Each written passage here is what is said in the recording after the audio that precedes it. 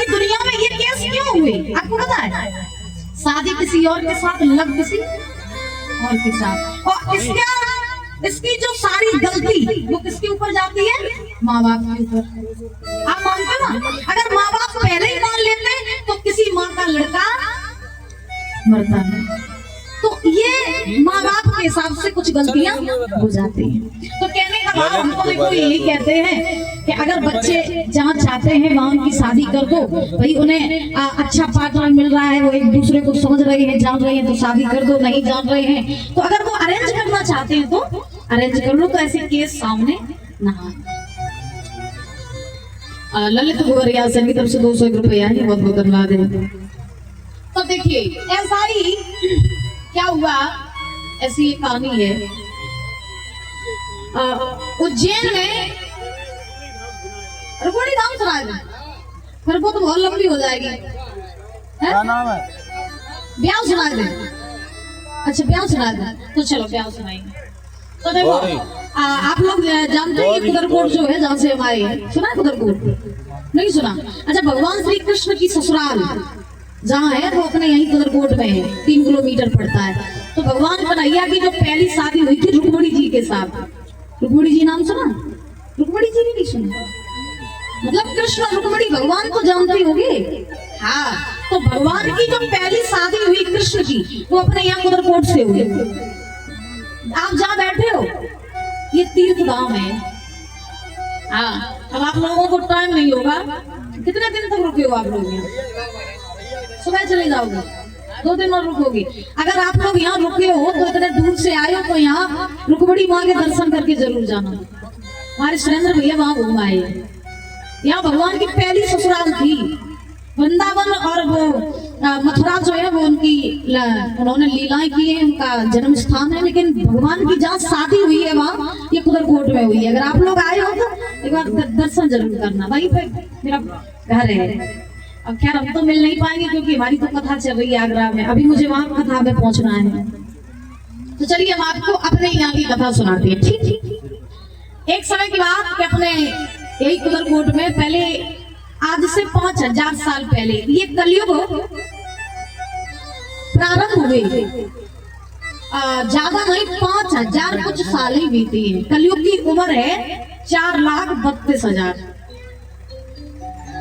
इस कलयुग की उम्र 4,32,000 और इसको शुरू हुए सिर्फ 5000 कुछ साल ही बीती।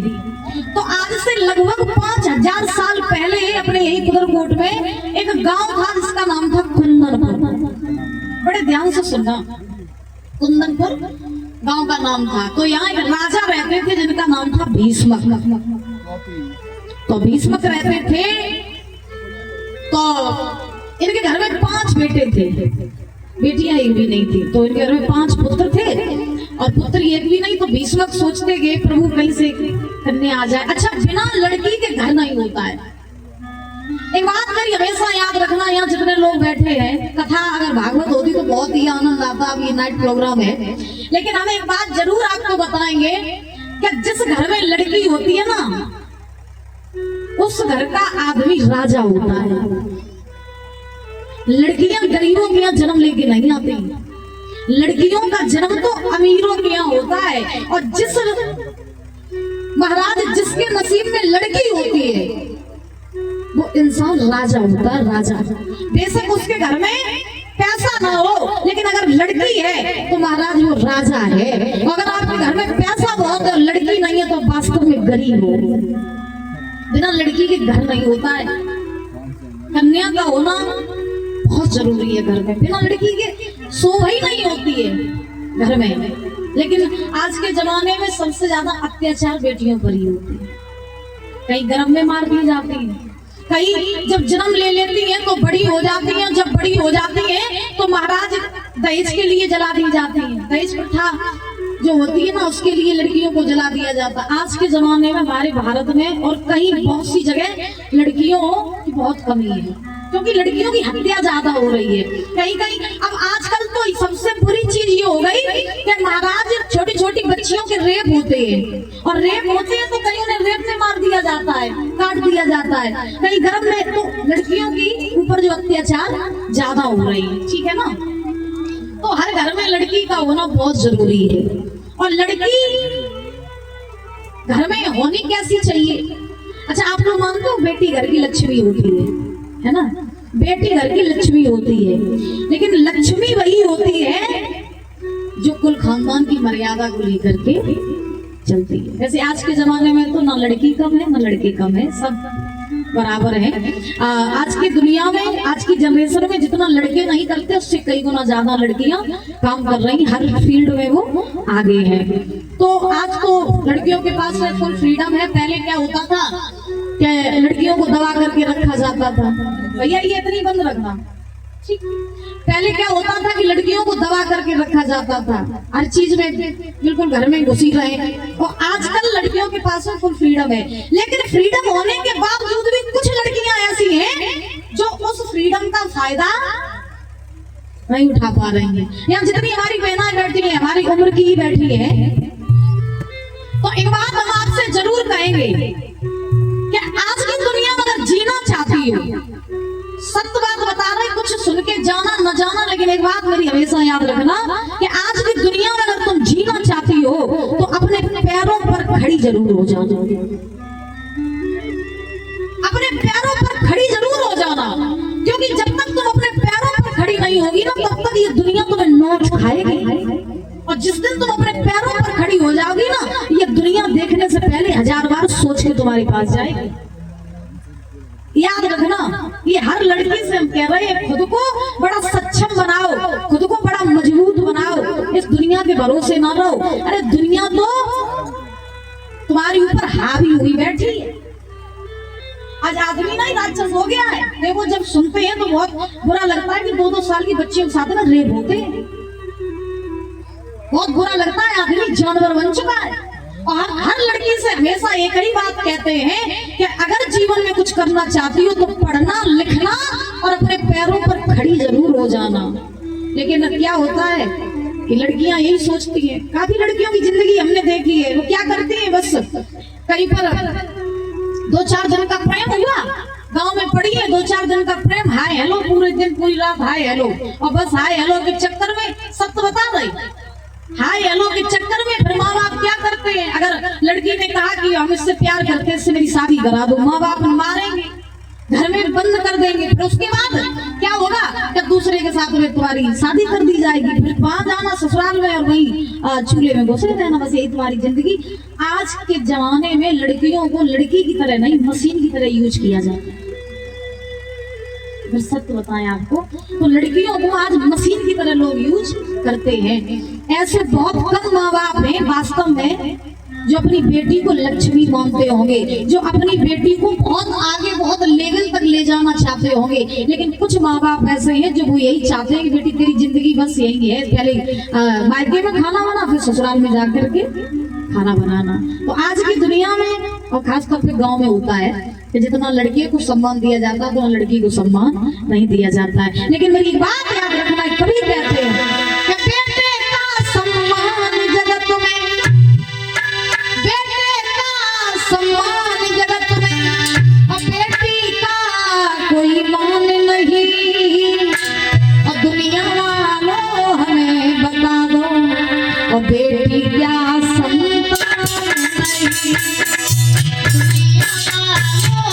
हमें बता दो, बेटी क्या संतान नहीं।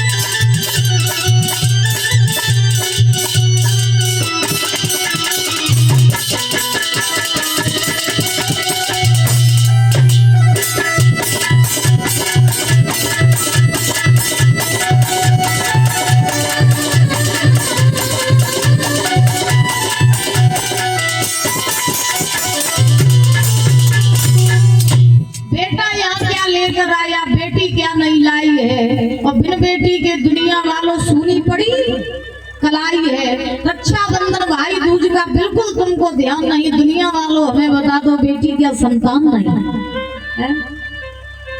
तो हम हर माँ बाप से, तुम आप सब यहाँ बैठे हो, बाप होंगे, माँ होंगी, आपकी बेटियां भी बैठी होंगी, हम सबसे एक ही बात कहना चाहेंगे, तुम्हारे घर में अगर बेटी है तो उसे बहुत आगे तक ले जाओ। उसके कई तो लड़कियों के सपनों को मार दिया जाता है, उसी में महाराज घिसी पिटी सी जिंदगी दे करके। लड़की करना कुछ और चाहती है, लेकिन माँ बाप अरे तुम 20-21 साल की हो गई हो, बस लो लड़का देख कर तुम्हारी शादी कर देते, बस शादी कर देते। अपने बच्चों की एक बार शादी करने से पहले उनके मन से एक बार जरूर पूछना कि तुम चाहते क्या हो।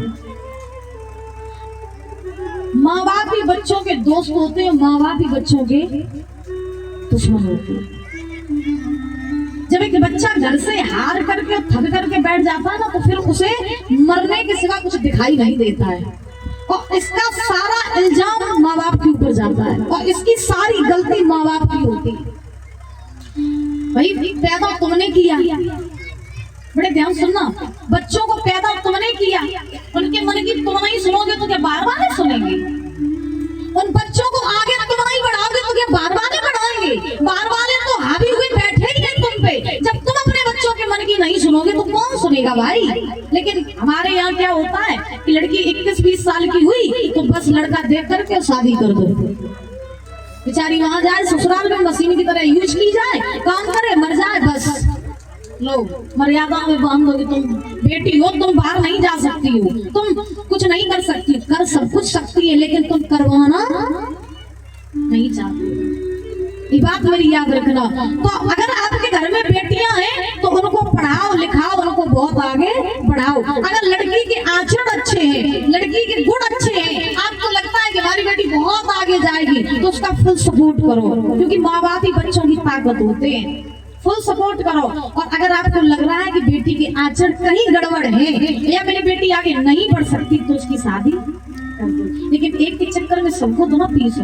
और हम लड़कियों से यही बात कहना चाहेंगे, पढ़ो लिखो, बहुत मजबूत बनो, अपना स्वभाव ऐसा बनाओ कि तुम्हें किसी के पीछे ना भागना पड़े। ऐसा स्वभाव बनाओ दुनिया तुम्हारे पीछे भाग करके आई। ये बात हर किसी के समझ में नहीं आएगी, हर किसी के समझ में नहीं आएगी। हाँ, बहुत कम लोग ये बात समझ पाएंगे। तो बेटी का होना घर में बहुत जरूरी है। तो यही हालत भीष्मक की है। राजा जो है कुदरकोट के राजा भीष्मक, अब उनके मन में ये है कि 5 पुत्र हैं, कोई पुत्री नहीं है तो भगवान एक कन्या तो दे ही देता। तो क्या हुआ कि प्रभु की ऐसी लीला कि राजा भीष्मक के घर में एक कन्या का अवतार हुआ। अवतार मतलब महाराज जो कन्या उनके घर में आई वो साक्षात आदि शक्ति आदि भवानी मां लक्ष्मी का अवतार थी। मनुष्य का जन्म होता है, भगवान का अवतार होता है। अब क्या हुआ कि भीष्मक ने जब कहा प्रभु से, तो वही लक्ष्मी मां खुद अवतार लेकर के भीष्मक के घर में आई। अब जब अवतार लेकर के आई तो राजा भीष्मक ने बहुत खुशी मनाई, बहुत खुशी, बहुत सारा धन दान किया, गायों का दान किया, बहुत चारों तरफ खुशहाली खुशहाली छा रही है। अब धीरे धीरे समय बीता, अब समय बीता, राजा भीष्मक बड़े खुश। तो एक समय की बात कि नारद जी का आना हुआ भीष्मक के यहाँ। तो नारद जी का आना हुआ तो राजा भीष्मक ने बैठाया, नारद जी का बड़ा सम्मान स्वागत किया। राजा भीष्मक ने नारद जी से कहा, बाबा, बोले हाँ, आज आप बड़े सही समय पर आए। बोले क्यों? बोले इसलिए कि मेरे घर में मेरी बेटी का जन्म हुआ है, तो आप उस बेटी की हस्तरेखा देख करके मुझे ये बता दो कि मेरी बेटी का नाम क्या होगा, इसके आचरण कैसे होंगे, इसके विचार कैसे होंगे, इसकी शादी किसके साथ होगी। पहले बच्चों के नामकरण संस्कार होते थे संतों के द्वारा, ज्योतिषियों के द्वारा, ब्राह्मणों के द्वारा, और आजकल तो बच्चों के नामकरण संस्कार करने वाले उनकी मौसी होती है। बच्चा जन्म न ले पाए उससे पहले ही नाम सोचने लगती है कि हम ये नाम रखेंगे। हाँ, पहले से ही महाराज प्लानिंग करने लगती है, बोले ये नाम रखेंगे, ये नाम अच्छा रहेगा, ये नाम अच्छा रहेगा, पहले से ही पूरा अरेंजमेंट करके रखती है नाम वाम का सब। ये मौसी ये काम करने में ज्यादा एक्सपर्ट होती है ना। तो देखिए अब नारद जी आए, नारद जी ने जब कहा कि ठीक है विष्णु अपनी बेटी को दिखाओ, अपनी बेटी की हस्तरेखा दिखाओ और हम बता देंगे कि उसका नाम क्या होगा, उसकी शादी किसके साथ होगी। तो उसी समय आज ध्यान रखना, नारद जी के पास में जैसे ही वो कन्या आई है तो नारद जी ने उसकी हस्तरेखा देखी और हस्तरेखा देख करके नारद जी मन ही मन में बड़े खुश हुए और मन ही मन में प्रणाम किया कि जोड़ा के साथ बैठ गया। क्या बात है। तभी मैं सोचूं कुछ अधूरा लग रहा है। अच्छा प्रेम से बोलो राधे राधे, बोलो ना भैया, बोलो राधे राधे, और जोर से बोलो। अभी आनंद नहीं आया, अभी नहीं आनंद आया, अभी नहीं आया। तुम कहाँ को बैठी हो, चिंता में बैठे। अब तुम क्या सोच रही हो शास्त्री जी आला नहीं गाए रहे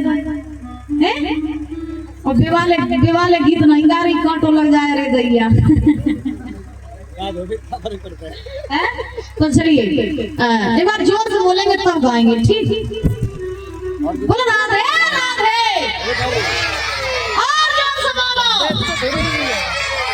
तो आज नारद जी ने जब उस कन्या की हस्तरेखा देखी तो महाराज नारद जी मन ही मन में खुश हुए और उस कन्या को प्रणाम किया और प्रणाम करके नारद जी भीष्मक से बोले, हे राजन, अरे सुन नारद की बात, मुनि पत्रकाली, सुन नारद की बात, मुनि पत्रकाली, मुनि सोची पाती लगन मुनि सोची।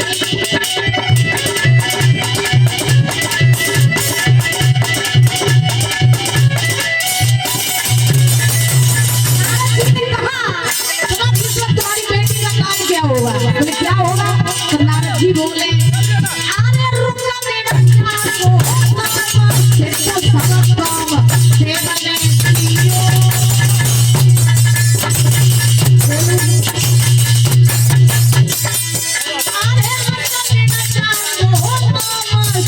सब काम से बने